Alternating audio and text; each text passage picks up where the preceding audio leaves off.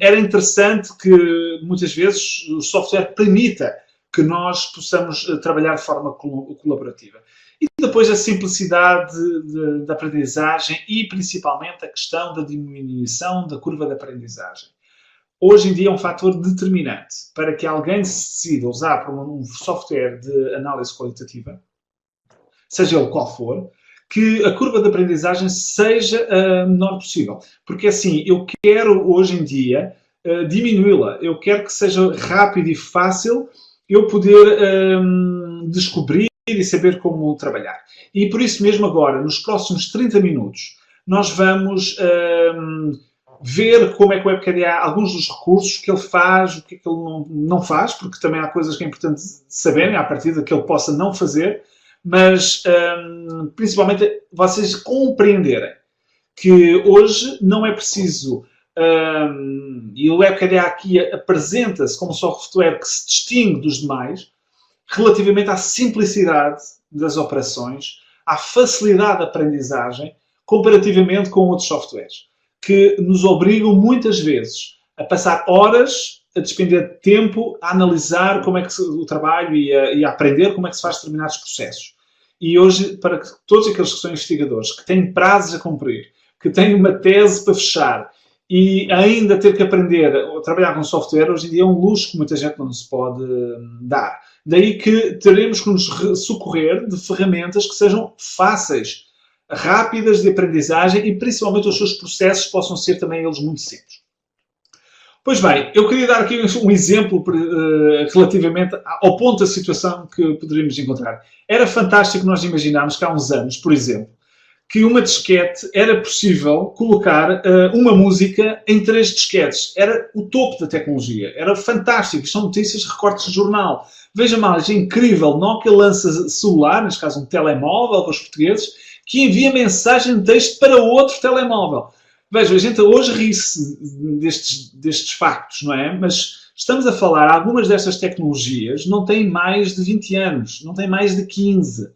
E então nós ficamos maravilhados, não é? Como é que algumas destas coisas, por exemplo, internet, um dia chegará, haverá uma em cada 50 mil casas com acesso à internet. Bom, rimos-nos hoje com estes factos, mas a realidade é que a tecnologia avança a passos rápidos.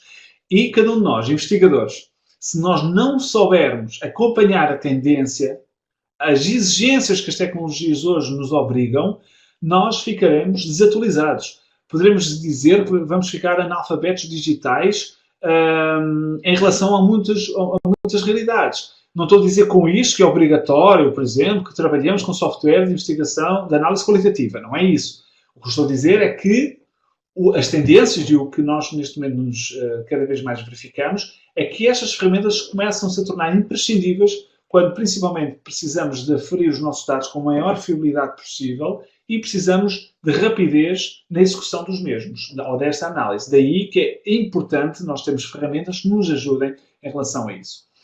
Dando agora um salto mais à frente, podemos dizer rapidamente, o WebKDA surgiu em 2010, na sua primeira versão, mas em 2015, meio de 2015, ele teve, por assim dizer, um novo lançamento, uma nova reformulação e em 2016 a versão 3.0, a versão com a qual nós hoje estamos a trabalhar, teve início. O WebKDA poderá ser, ou poderia ser na altura, ser encontrado neste site, o primeiro, o site que é o webkda.com. Todavia agora nós podemos acessar, fazer o registro através destes 2 sites. O primeiro é o site do WebKDA propriamente dito e outro é o link onde o software existe ou nós podemos aceder. Para deixar bem claro, o WebKDA não necessita de uma instalação física. Eu não preciso, e isto aqui é algo que o WebKDA também se distingue de outros softwares, é que eu não preciso de um CD, eu não preciso de uma instalação e que me obrigue a que o software fique só num computador. Quando vocês adquirem uma licença do WebKDA, ele funciona na web, na cloud. Então, eu poderei, através de um login, aceder à minha conta em qualquer computador do mundo, desde que eu tenha acesso à internet, por assim dizer. Okay? Por isso, essa é uma condicionante obrigatória. De resto, o software não precisa de instalação e permite-me a mim nunca perder os meus dados, porque o disco estragou e foram os meus dados todos. Não, o WebKDA protege os vossos dados a partir do momento que eles são gravados num servidor, na cloud, e daí tudo está salvaguardado. Vamos explicar rapidamente estas que são as 3 grandes áreas do WebKDA. Podemos dizer e caracterizar, estas são as nomenclaturas com qual nós nos direcionamos e posicionamos em relação ao WebKDA. As fontes. O que é que são as fontes? As fontes são todos os vossos dados, os vossos documentos, sejam eles imagens, texto, áudio, vídeo, etc. Vocês poderão colocar todos os vossos documentos. Existem formatos, já vamos ver alguns formatos que são possíveis de importar, resoluções e limites, porque é o seguinte, o WebKDA, como todos os documentos são colocados num servidor, há limites ao tamanho de algumas imagens. Mas fora isso, vocês poderão colocar qualquer outro tipo de documento, texto, Word, neste caso, PDF, etc. Depois existe uma outra dimensão que é a codificação. Dimensão essa mais relacionada com a categorização dos dados, sejam eles a nível interpretativo ou descritivo. Quando estamos a falar em dados interpretativos, são todos aqueles dados em que eu analiso, ou neste caso estamos a falar em parte em que eu analiso os dados que eu tenho e vou interpretar, colocando-os ou posicionando-os nas dimensões ou nas categorias e subcategorias que eu definir para o meu estudo. Então é a parte mais interpretativa, da análise. Mas nós temos depois a outra parte que é descritiva, onde eu categorizo os documentos, neste caso o meu objeto de estudo. Por exemplo, se eu fiz uma entrevista, categorizo, faço classificação das pessoas ao nível do sexo, da idade, etc. E depois tenho o questionamento. O questionamento é onde eu muitas vezes pego nas minhas questões de investigação, nas minhas questões orientadoras e depois faço o cruzamento dos dados para eu aferir algumas conclusões que eu quero depois apresentar como eu estudo. Então, onde eu posso fazer as matrizes, onde eu posso fazer então pesquisa de termos específicos que eu tenho em todos os meus documentos, etc. Vocês já vão poder ver rapidamente um pouco também do que estou aqui a falar. Para poupar um bocadinho de tempo, vamos já entrar nas partes podemos dizer, especificações técnicas, só por dizer que, em princípio, todos os browsers funcionam. Existe o Chrome, pessoalmente, é aquele que eu uso, se bem que agora para a demonstração eu vou usar o Safari, é um outro browser de internet, mas em princípio não terão nenhum problema, não existe incompatibilidades de maior em relação aos browsers. Para dizer também que trabalhamos com documentos DocX, TXT e PDF. Existe uma limitação, e é há pouco aquilo que eu referia. Cada documento não poderá ter, por exemplo, no caso do documento Word, mais de 500.000 caracteres. Estamos a falar de letras. Então, tem que ter isso em conta. Se vocês têm uma série de entrevistas, todas num documento Word, o que nós sugerimos, se veem que ultrapassam os 500.000 caracteres, o WebKDA não vai conseguir importar. Então, seria necessário vocês repartirem essas entrevistas em vários documentos. Para dizer também que podemos importar imagens JPEG, PNG, tem aquele tamanho máximo, depois documentos em áudio, MP3, Wave, e depois em vídeo, o AVIs, o MP4, etc. Todos eles têm aquelas limitações que podemos dizer que é possível contornar. Eu posso dizer rapidamente, eu posso colocar um vídeo na Dropbox e depois, através do link, importar um vídeo. Imaginemos que tem mais de 100 megas um vídeo. E é um vídeo de uma entrevista ou um áudio que pesa muito a nível de tamanho de ficheiro. Eu poderei colocar na minha pasta Dropbox e depois copiar o link desse documento da Dropbox e importar para o WebKDA que ele importa e eu conseguirei trabalhar sem problemas. Isto é uma das formas que eu tenho de poder contornar esse limite que existe. Só que aí é considerada uma fonte externa. Existem fontes internas e fontes externas. As fontes internas são aquelas que vocês importam diretamente do vosso documento, do vosso computador, perdão. Se vocês têm um documento Word no vosso computador e importam, vocês estão a usar uma fonte interna. Se eu estou a usar um vídeo de YouTube, se eu estou a um ficheiro que seja demasiado grande e que o WebKDA não consiga importar como fonte interna, então eu, através do link, eu poderei importá-lo. Então é considerado uma fonte externa. Ok? Essa é rapidamente a grande diferença. Pois bem, este é o ambiente quando eu quero criar um novo projeto. Aqui poderão ver, nesta apresentação, uma lista de projetos onde vocês poderão editá-los, dizendo aqueles que estão suspensos, aqueles que estão fechados, que estão em curso. Vocês podem organizar. E criando um novo projeto ali, como podem ver, clicando no novo projeto, vocês então podem criar os projetos que pretendem. Esses projetos, por seu lado, quando vocês abrem, têm esta visualização.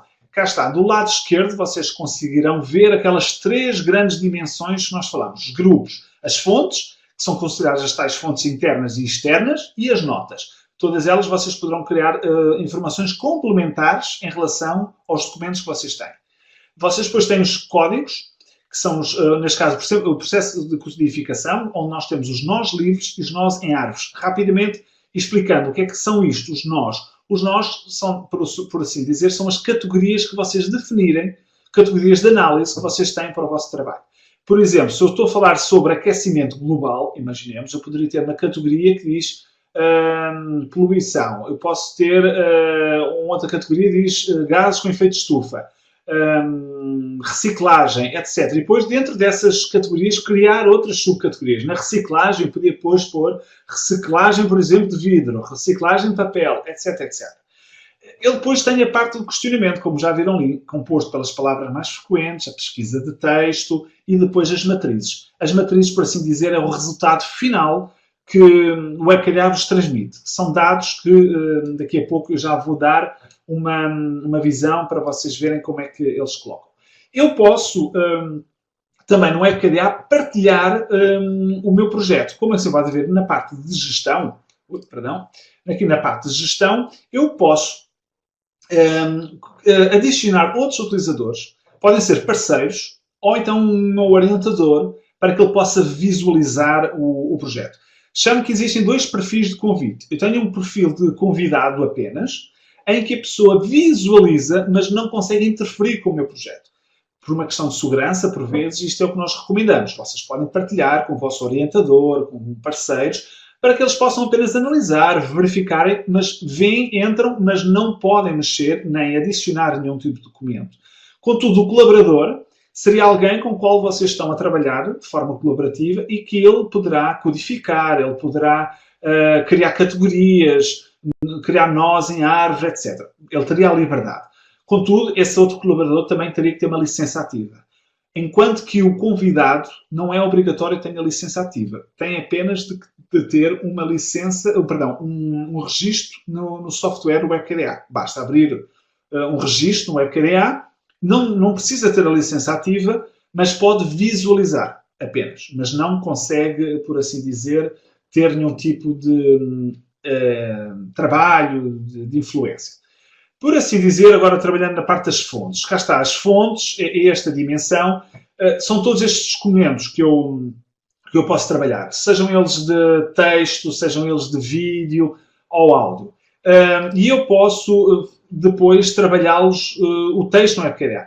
Eu vou agora fazer uma pequena pausa e vou entrar, por assim dizer, no software. Seria muito mais interessante agora vocês visualizarem como é que o software ao vivo trabalha. Por isso, peço aqui só um segundinho, eu vou parar o compartilhamento e vou agora compartilhar a minha tela. Eu pedia que depois pudessem dizer se já estão a ver a minha tela. Ok, eu vou pôr aqui só o balãozinho do chat para poder visualizar. Ok. Ok, estão todos a ver, certo? Pronto, eu vou diminuir, que é para que eu consiga agora... Se alguém, por favor, se alguém fizer alguma questão, depois... Ok, pronto, aparece no cantinho, é bom. Pronto, eu tenho um projeto modelo, exemplo, em que eu vou agora iniciar. Este é, por exemplo, um projeto de exemplo apenas que nós temos. Vem aqui, eu tenho aqui um projeto que eu tenho em curso, mas tenho, por exemplo, aqui um suspenso. Ou tenho todos, eu posso pôr a visualização de todos. Então, por exemplo, vou a este, que é o novo projeto. Eu posso clicar, como veem, ele funciona todo na web, e aqui aparece-me já uma visualização geral, por assim dizer. Eu tenho uma nuvem de palavras. Esta nuvem de palavras é composta pelas palavras mais frequentes, mais utilizadas que eu defini, neste caso, como pelo menos 5, ou neste caso tenho aqui um mais, não defini com 5 caracteres, mas são aquelas todos os documentos que eu tenho são os termos mais usados. Por isso eu faço esta nuvem de palavras. Bem como eu depois tenho uma visualização da quantidade de fontes internas, fontes externas, de notas criadas, os descritores, enfim. E depois todas as categorias. Aqui, então, temos aquela vertente que eu há pouco expliquei da gestão, onde eu posso convidar e trabalhar de forma colaborativa com outros investigadores. Depois tenho, então, esta parte das fontes internas e fontes externas. Nas fontes internas, como há pouco expliquei, temos, então, todos os documentos. Eu, por exemplo, posso criar pastas, o WebKDA permite-me criar pastas e organizar as fontes que eu tenho por nomenclatura, por tipologia, etc. Eu, por exemplo, tenho uma pasta que se chama Entrevistas. Se eu abrir esta pasta Entrevistas, eu tenho, então, várias entrevistas. Por acaso, tenho aqui que é uma imagem, não seria propriamente uma entrevista, mas está aqui dentro. Mas, por exemplo, tenho um documento em DocX. Se eu clicar 2 vezes neste documento, vai-me aparecer, então, o documento todo. É uma entrevista, que aqui tenho, de um documento Word. Eu posso, por exemplo, também, se eu for aqui às fontes internas, eu posso também criar um novo texto de raiz.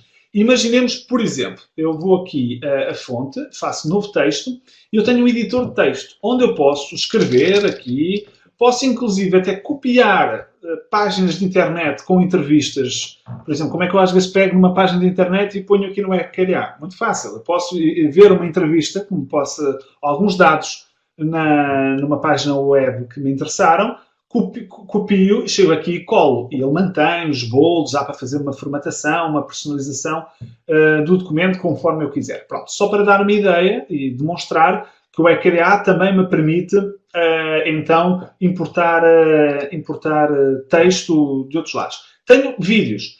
Eu posso, como, por exemplo, aqui demonstrar, eu posso importar um vídeo e trabalhá-lo. Eu, por exemplo, estou aqui, é um vídeo que a professora Isabela Larcão, para quem possa conhecer, uma pessoa muito importante na área da educação. E agora, por exemplo, eu poderia estar a analisar e a ouvir este vídeo. Como é que eu poderia codificar, por exemplo? Vou fazer aqui uma pausa. Eu posso aceder aqui a editar. E quando clico em editar, ele vai-me abrir agora aqui um novo espaço. Então, eu posso colocar aqui o vídeo a decorrer. E a dado momento eu quero vir para esta parte. Imaginemos que a professora Isabela Larcão estava a dar aqui uma informação muito pertinente para aquilo que eu pretendia. Eu clicava aqui em início e ele começava-me a gravar um trecho que me interessava. Pronto. Eu continuava a ouvir, chegava à conclusão que já chega. Pronto. Era aqui que eu queria. Eu depois, o software para o vídeo e eu tenho um novo espaço que me abre onde eu posso escrever tudo aquilo que eu achei relevante em relação a que a professora Isabela Larcão estava a dizer. Posso até, quem sabe, se forem textos e frases curtas, transcrevê-la aqui, diretamente. Depois, só tenho que salvar. E, no final, o que é que eu faço? Eu posso codificar diretamente o texto. Claro que eu já criei todas as categorias. Daí que depois eu tenho aqui a questão da parte da codificação. São os códigos livres e os códigos em árvores. Diferença. Os códigos livres são códigos que sobrevivem por si mesmos. São códigos independentes, que não têm subestruturas, não têm subcategorias, por assim dizer. Enquanto que os códigos em árvore, eu poderia dizer, tenho uma categoria, tenho depois várias subcategorias. E eu posso criá-los de uma forma muito rápida. Basta, por exemplo, vou aqui aos códigos em árvore, clico aqui em mais código e chamo-lhe aqui agora uma categoria D, por exemplo. Categoria D. Faço OK. Reparem, ele ficou aqui com a categoria D. Queria agora fazer uma subcategoria D1, por exemplo. Selecionava, bastava selecionar aqui o nó, neste caso o código, perdão, e agora clico aqui em mais código e vou-lhe chamar, por exemplo, subcategoria, por exemplo, D1. Apenas para demonstração. Faço OK e veem, ele ficou associado ao código principal, neste caso, outra subcategoria. E por aí em diante, eu poderia criar as subcategorias. Eu posso criar essas mesmas subcategorias no momento em que eu estou, por exemplo, a ler os textos. Imaginemos que eu estou neste momento a trabalhar, a analisar os dados. Tem aqui na dimensão dos códigos. E a dado momento cheguei vi uma frase dita por alguém que, bom, isto ficaria numa outra categoria, mas eu não tenho essa categoria criada. Eu poderia criá-la aqui novamente. Eu selecionava aqui a categoria D, que eu queria, imaginemos que esta era a categoria principal, clicava ali no mais e agora vou-lhe chamar aqui categoria e agora vou-lhe chamar D2. Pronto, e ali fica. Eu voltava a selecionar a frase, selecionava a categoria D2 e faria aqui codificar. Como veem, ele categorizou-me, ou classificou-me, perdão, ou codificou-me este texto. Eu posso rapidamente também descodificá-lo. Eu posso dizer, não, enganei-me, não era bem esta categoria. Então, passando o cursor do rato por cima do código, eu depois posso, nesta janelinha, descodificar automaticamente. Ele pergunta-me se eu quero, eu digo, ok, quero, ele descodifica-me. Então eu posso codificar e descodificar muito rapidamente. E como veem, criar categorias é super rápido, é muito rápido mesmo. Vou dar agora exemplo de como é que nós podemos trabalhar com imagens. Eu não vou fazer o áudio, porque o áudio, sinceramente, é praticamente a mesma coisa. Eu podia falar e estar aqui agora, temos aqui uma entrevista, mas o processo é exatamente igual àquele que era do vídeo, ok? Por isso eu não vou me alongar, porque o processo é exatamente igual ao do vídeo, com a diferença que não tem a imagem. Mas, por exemplo, como é que eu posso trabalhar com fotografia? Imaginemos que tenho esta imagem. Eu sei que há muitos investigadores que trabalham com imagem. E é possível eu analisar qualitativamente imagens. Claro que é. Imaginemos, eu já tenho aqui algumas criadas, alguns secções de imagem criada, mas como é que eu posso, neste caso, codificar? Muito simples, tenho aqui esta imagem, clico em editar, e quando clico em editar, basicamente ele permite não só eu poder editar as áreas que eu já criei, cada uma delas tem uma cor que eu posso criar, como posso apagá-las, etc. Imaginemos que eu queria agora salientar, existe uma aluna que não está atenta ao que está a ocorrer. Possivelmente ela está a olhar para uma colega ou a olhar para a janela. Imaginemos que eu queria salientar esse facto. Isto poderia ser uma questão de uma observação de uma aula e queria falar na questão da distração. Selecionava esta área, posso mudar a cor, vindo a este menu rapidamente. Posso, imaginemos, por aqui uma cor mais rosa, por exemplo. E depois, a única coisa que eu teria que fazer é ir a este novo espaço, e agora faço aqui exemplo 4. E estava feito. Neste momento, eu só teria que gravar. Eu podia, como verem, aumentar, diminuir e depois salvar aqui. Eu, neste momento, já teria o exemplo 4. O que é que aconteceria? Eu selecionava o texto e podia rapidamente aqui codificar, selecionando, por exemplo, aqui uma categoria, a fazer aqui codificar e ele automaticamente fica-me codificado o texto que eu pretendo. Bom, e eu posso fazer isto com as imagens que eu pretender, sobrepô-las, enfim, etc. Há muitas possibilidades. Adiante, porque o nosso tempo já vai avançado e eu quero cumprir o horário. Vamos entrar na parte dos descritores e classificações. O que é que muitas vezes existe esta dúvida em relação para que serve um e para que serve o outro? Pois bem, vamos de uma forma rápida dizê-lo desta forma. É o seguinte, descritores basicamente funciona para documentos que eu tenha. Imaginemos que eu tenho um documento Word, mas que é um documento que tem vários sujeitos. Focus Group, por exemplo. Ou então eu tenho uma série de entrevistas naquele mesmo documento. Então é assim, se eu tenho vários sujeitos num mesmo documento, eu deveria usar descritores. Descritores esses que poderão ser o que eu quiser. Pode ser género, masculino, feminino, profissão, etc, etc. Mas pode ser idades, por espaços, etc. Eu, então, o que é que eu faria? Neste caso, imaginemos que eu teria... Vamos dar aqui um exemplo muito simples. Imaginemos que aqui, ao invés de ser uma entrevista apenas a uma pessoa, nós tínhamos aqui vários sujeitos. Um focus group, por exemplo. Eu selecionava a frase da Isabel e iria aqui à parte dos descritores. Vejam, eu estou com o mesmo documento. Eu vou aqui, mudo para os descritores. E agora já tenho tudo, porque isto faz parte de uma só pessoa. Não é? Está aqui, é de feminino e investigador, imaginemos.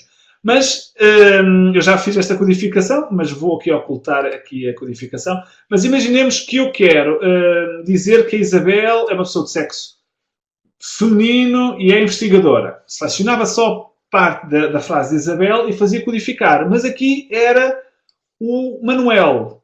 Então, eu selecionava a frase Manuel, ele é masculino, por exemplo, já não é feminino, ele é professor, não é investigador, e fazia codificar. Então, eu dentro do mesmo documento posso, por assim dizer, descrever quem são as pessoas, quem é A e B e as suas características. Por seu lado, nas classificações, e eu agora vou aqui fechar, por assim dizer, as classificações, só aqui um segundinho. Eu tenho aqui, por exemplo, nas classificações, eu tenho as entrevistas, eu tenho a profissão, eu posso classificar, por exemplo, os entrevistados por género, masculino, feminino, profissão. Basicamente é o mesmo. Qual é a diferença? A diferença é que eu não tenho que abrir o documento para os classificar. Basta-me apenas saber a que documento que se diz respeito. Por exemplo, imaginemos que isto é uma entrevista feita à professora Isabel Larcão, que é o facto. Eu só tinha que selecionar aqui o documento e depois vou aqui a este separador que diz classificações e tenho que depois então atribuir, por assim dizer, o nome às coisas. Eu só teria que dizer que é pessoa do sexo feminino, data de nascimento eu poderia aqui colocar, por exemplo, se é uma pessoa do sexo feminino, etc. E fazer depois o salvar e guardar. E ele, como aqui diz, por exemplo, salva-me. Vou dar aqui um exemplo. Reparem, este documento não está classificado. Porquê? Porque são vários alunos. Se eu tivesse aqui, fosse uma entrevista de uma pessoa e tivesse uma fotografia dessa entrevista, eu podia pôr aqui o género masculino, por exemplo, profissão, investigador, e fazia gravar e ficaria ali depois na parte das classificações. Isto só por dizer que há esta possibilidade. Existe a possibilidade de eu também exportar estes dados, estas tabelas, eu posso exportar para Excel, estas informações para PDF e por assim adiante. Mas o nosso tempo urge e eu queria rapidamente terminar e indo agora à questão, por exemplo, do questionamento. Eu posso, como aqui já mostrei, não vou dar, vou dar se calhar aqui um exemplo muito rápido, palavras mais frequentes. Por exemplo, eu posso rapidamente colocar aqui as palavras mais usadas nas minhas fontes. E eu, por exemplo, digo em relação à quantidade. Quais são a quantidade de palavras? Eu quero as 15 mais usadas. A dimensão mínima. Quantos caracteres é que quero que pelo menos cada palavra tenha? Mínimo 5, que é para, por exemplo, colocar de parte termos como o por, o de, o como, colocar de parte, por exemplo. Então ponho 5 como dimensão mínima. Faço salvar e pronto, palavras mais usadas. Ele aparece-me aqui, eu vou clicar e ele aparece então. Vejam, naquela nuvem de palavras, este era o termo Isabel Iné, que isto tem a ver com a questão da entrevista, certamente, mas temos Isabel, temos escola, e depois o que é que acontece? Quando eu clico, aparecem todos os sítios, neste caso ele repete-se 18 vezes, esta informação quer dizer que ele se repete 18 vezes, e diz-me o local, neste caso, onde ela se repete, ok? E assinala a vermelho para que seja fácil eu visualizar. Também eu consigo fazer pesquisa de texto. Eu, por exemplo, tenho aqui palavras relacionadas com educação. Eu, se clicar aqui, ele vai-me dizer, por exemplo, nesta fonte eu tenho todas as palavras relacionadas com educação. Educadora, educação, educacionais, educacional. É muito interessante para eu fazer essa pesquisa. É muito rápido, eu posso, por exemplo, rapidamente explicar. Vou aqui ao editar. Eu posso, neste caso, por caractere especial, eu posso pôr o termo, posso dar um nome, em primeiro lugar, palavras relacionadas com a educação, e depois tenho aqui na parte das propriedades, eu coloco então qual é que é o tipo de propriedade. Eu vou ter um termo, mas com vários caracteres no final. Então eu pus educa, que é a palavra da raiz, a raiz da palavra principal que eu quero, e depois ponho vários caracteres, para que ele me surja depois, e sugira, todas as palavras são da família de educação, ou de educar, por isso ele tem educadores e tudo. Por isso é interessante porque me ajuda e auxilia a identificar nos documentos, nas fontes, as partes que eu pretendo codificar. Imaginemos que eu estou a trabalhar com um termo. Pode ser, por exemplo, educação ativa, pensamento crítico, sei lá, termos-chave. Eu posso procurar diretamente e aparecer rapidamente no meu documento. E por fim, para terminar, temos a parte das matrizes. A parte das matrizes, o que é? Não é nada mais, nada menos do que então o cruzamento de alguns dados que eu pretendo em relação à minha investigação. São as questões que vocês querem ver respondidas com o vosso estudo. Quantas mais categorias criarem, quantas mais classificações de escritores vocês criarem, mais probabilidade têm de fazer cruzamentos de dados. Eu fiz aqui um exemplo muito, muito simples, que é o género versus categoria A e B. Pronto, eu quero saber, por exemplo, em relação ao sexo masculino e feminino, quais é que eles mencionam mais, a categoria A ou B. Então, por exemplo, eu tenho aqui, ele aparece-me apenas no início as fontes, ele aparece nas fontes, ele diz-me quantas fontes é, quantos documentos existem. Ele diz-me, por exemplo, que existe um documento que refere a uma pessoa do sexo masculino, que refere a categoria A1, um que diz a categoria A2, mas não há nenhum, por exemplo, que fale da subcategoria B2. Pronto, isto é a nível de documentos, de fontes. Mas eu quero é a nível de referências, que é o número de vezes que... Então, não mudou ali muito, porque isto é só um exemplo, mas é possível que eu consiga ver aqui. Imaginemos, eu tenho duas pessoas do sexo feminino, também tenho aqui na subcategoria A1, mas tenho aqui na subcategoria B1. Onde é que eu posso ver? Se eu clicar aqui, o que é que me acontece? Eu vou conseguir ver os locais onde aparece. E como vocês podem ver, eu cliquei e apareceu aqui na referência 1 e referência 2. Então, estas foram as referências que eu codifiquei relativamente à dimensão sexo feminino com a subcategoria B1. Então, eu tenho todas as referências que eu codifiquei. Isto torna-se muito útil no momento em que eu estou, por exemplo, a fazer uma análise de uma matriz, em que eu estou a analisar os dados que me resultam. É assim, basicamente você pode dizer, mas isto está a quantificar a qualidade. E é verdade. Nós não podemos fugir a isso. Claro que eu estou a dar aqui uma matriz muito simples. Isto dá números muito maiores quando vocês começarem a codificar os vossos projetos. Mas ele está a quantificar o número de referências, pode ser até o número de palavras, por exemplo, que cada uma, vejam aqui, já tem 58 palavras que estão codificadas. Eu não só vejo o número de vezes que é repetido, como a intensidade, a quantidade, a dimensão, por assim, de informação que me é dada. Por exemplo, eu tenho aqui do sexo feminino 93 palavras, então o texto é muito mais denso em relação a esta categoria. Então, a pessoa até pode ter falado menos vezes, mas falou em maior quantidade da informação. Esta matriz também é possível exportar para PDF e para Excel. Eu posso carregar aqui no Excel, e ele então cria-me aqui um documento que eu, clicando duas vezes, ele vai-me abrir o Excel, dentro de momentos, e vai-me aparecer a matriz, que rapidamente depois, posso transformar num gráfico, etc. Isto falei muito rapidamente. Demonstrei apenas aquilo que, na essência, o WebKDA faz. Ele importa documentos, fontes, e aqui já está a matriz que nós há pouco fizemos, como vê, ele cria esta matriz que eu posso depois colá-la no documento Word, trabalhá-la em gráfico, etc, etc. Pronto, rapidamente os dados, e quanto maior a matriz for, pois é mais interessante vocês poderem trabalhar. Mas, por assim dizer, de facto o WebKDA permite-me importar uma variedade de documentos, de fontes de natureza diferente, PDFs, etc.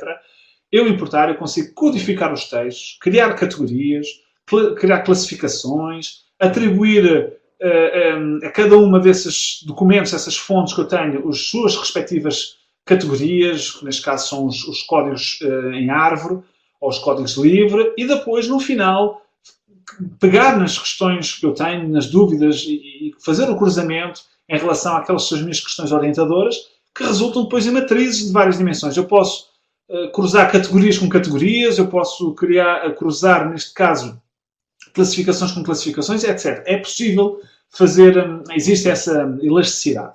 Pronto, já falei demais. Eu queria agora voltar então à nossa sessão. Vou ver se agora ainda consigo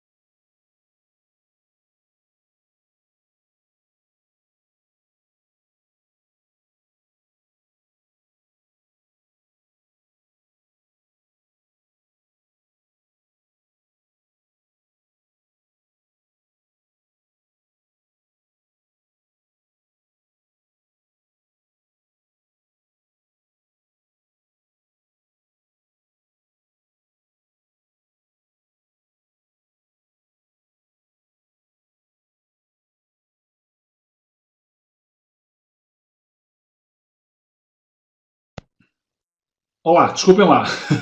Houve aqui um lapso que de repente fiquei não sei se caiu a conexão ao webinar. Voltei. Pronto. Teríamos agora alguns momentos, certamente poderão haver dúvidas. Dúvidas essas que podem ser relativamente ao software. Dúvidas sobre a questão das licenças, como é que vocês poderão obter as licenças. Aí também nós temos a parte de suporte da equipa do WebKDA que vos poderá ajudar em relação a isso.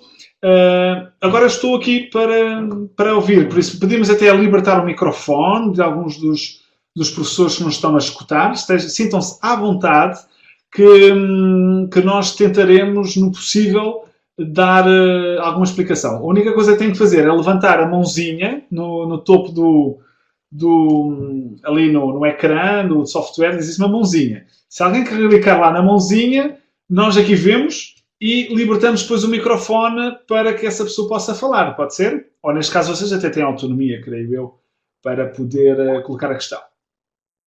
Ok, tem pergunta no chat. Obrigado. Professora Giovanni Manos, obrigado pela oportunidade de participação. Obrigado eu, o prazer é nosso. Gostaria de entender melhor a diferença entre nós e categorias. Bom, ok, professora. Eu talvez me tenha expressado mal. Basicamente, não há a diferença. Estamos a falar do mesmo elemento. Categorias ou nós são as mesmas coisas, ok? É a nomenclatura que o software tem. Quando nós estamos a falar em nós, em árvore, estamos a falar em categorias, por assim dizer, que têm subcategorias. Então estamos a falar da mesma coisa. É uma estrutura, categoria, subcategoria. Nós em árvores pressupõe todo que existe um nó principal e depois tem outros nós, códigos, obrigado. Códigos, é a nomenclatura antiga. Então vou repetir. Existem códigos em árvore e códigos livres. Códigos livres são, por assim dizer, códigos independentes, que não têm nenhuma estrutura por baixo. Quando eu estou a falar em códigos em árvore, eu tenho uma ramificação, por assim dizer. Tenho um código principal e depois tenho como pequenos códigos que são associados, mas fazem parte dessa, por assim dizer, subcategoria, dessa categoria principal. Basicamente são subcategorias. Não sei se me expliquei, professora. Pronto, obrigado também pela sua questão. Mas, por favor, nós gostaríamos de vos ouvir. Daí que não se sintam tímidos em relação a isso. Por isso, poderiam colocar a mão no ar para nós podermos os ouvir, falar, trocar impressões. Sintam-se à vontade. Este momento é um momento mesmo de interação. Ok? Não sei se então mais alguma pessoa então quer colocar questões. Das duas, uma. Não me entenderam. Falei muito rápido e isso não ajudou. Ou então foi tudo muito bem explicado, que eu também não acredito que tenha sido, que possa ter ficado alguma dúvida. Por isso, por favor, vá. Este é o momento. Nós ainda temos alguns minutos até o final da nossa sessão. Para dizer, aproveito, enquanto algumas pessoas possam pensar e colocar algumas dúvidas, que é o seguinte, o WebKDA, ao nível de, se alguns tiverem dúvidas em relação às licenças, o WebKDA tem várias modalidades de licenças. Podemos dizer que temos licenças que variam de meses, como também temos pacotes de licenças, que isso normalmente é mais interessante para uma instituição que um centro de investigação, uma instituição universitária, que compra um pacote de licenças que depois esse pacote pode ser distribuído por uma série de investigadores. E daí o WebKDA permite-vos, então, remotamente, onde vocês queiram, perdão, quando eu digo remotamente é no sentido que vocês não estão obrigados a estar no computador da instituição, desde que tenham o vosso login, a vossa senha, vocês conseguem aceder. Existem algumas outras ferramentas que nós disponibilizamos gratuitamente para todos os utilizadores do WebKDA. Existem, por exemplo, a possibilidade que vocês têm de consultar alguns documentos que vos podem ajudar, são documentos orientadores relativamente, por exemplo, no site do WebKDA, existe a parte do blog que tem muita documentação que está lá publicada de investigadores da área qualitativa, que alguns deles contam a sua própria experiência, que colocam as suas metodologias de investigação. Nós, por exemplo, agora temos um livro que é os 7 passos de análise de conteúdo com FQDA, por exemplo. Imaginemos que eu quero fazer análise de conteúdo e tenho 7 passos simples de como fazer, de organizar o meu projeto, o meu estudo.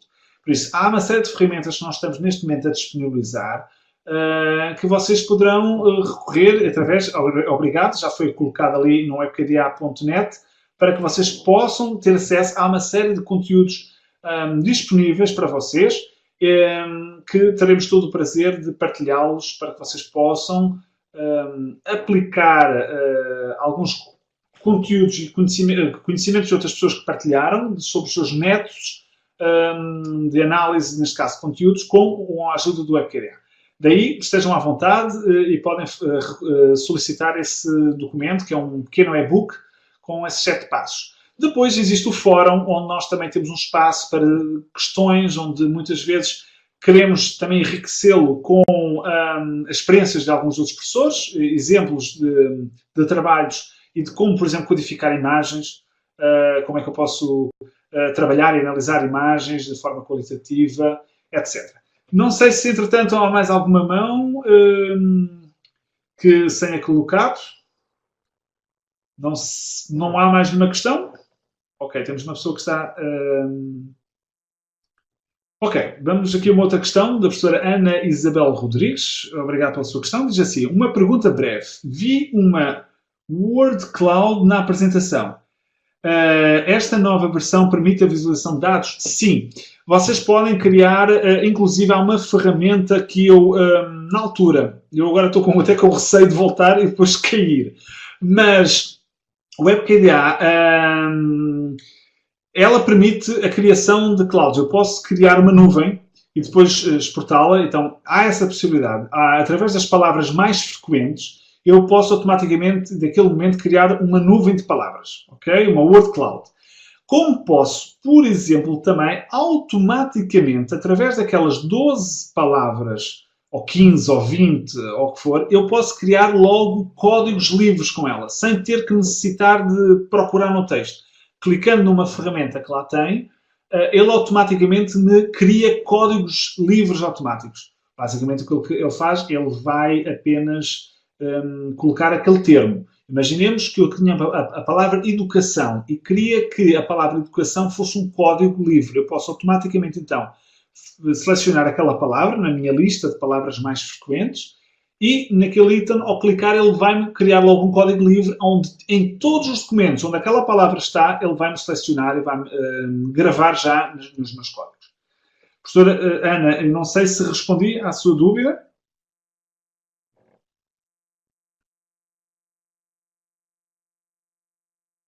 Sim, permite. Eu agradeço também pela sua questão, professora Ana Isabel Rodrigues, pela dúvida. Permite.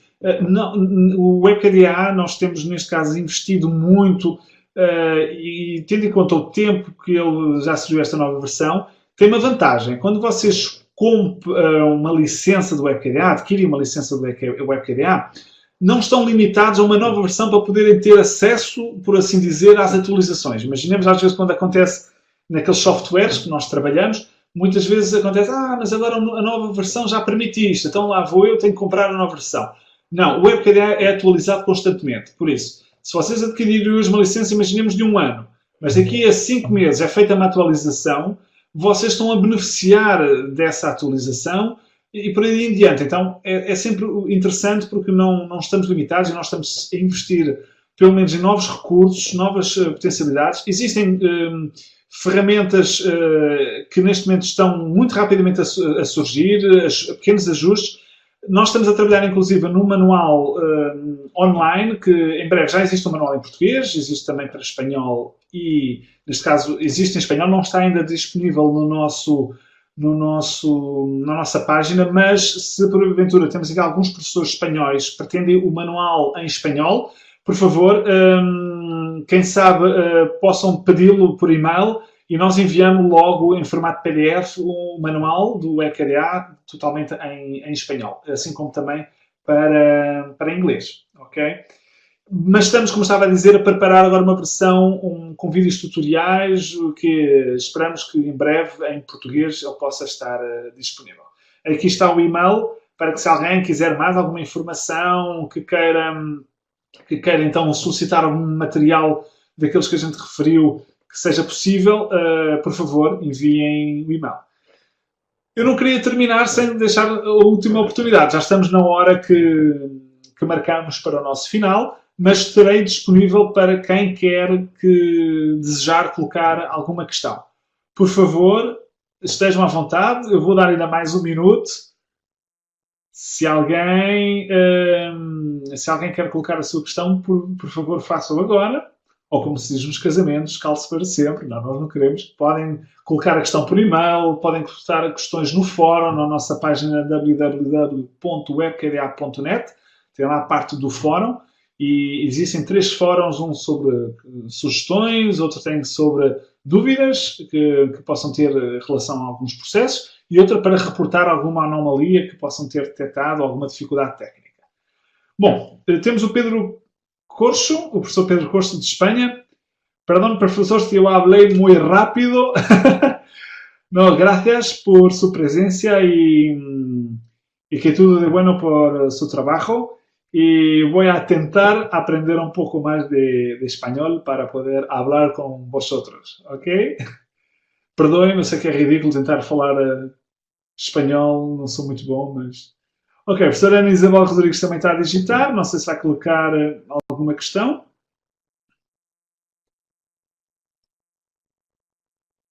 Ok. Agradecer, é tudo para agradecer e o agradecimento principal é meu. Foi um prazer muito grande ter passado aqui esta hora convosco. Espero ter sido esclarecedor. Certamente não deu para explicar toda a potencialidade, todas as questões, mas sintam-se à vontade, disponham. Vocês podem solicitar também o meu contacto, inclusive lá no site do WebKDA, para alguma dúvida, alguma questão. Estamos à vossa inteira disposição. Foi um prazer muito grande. Desejamos a todos um excelente trabalho, boas investigações e, quem sabe, pensem no momento da decisão sobre a utilidade que este software possa ter e o impacto que ele também possa ter na vossa própria investigação. Um bem-aja a todos e um abraço muito grande aqui de Portugal para o Brasil, para a Espanha, para outros países que nos assistiram. Uma vez mais, obrigado, graças e tudo de bom para vocês. Foi um prazer. Até à próxima.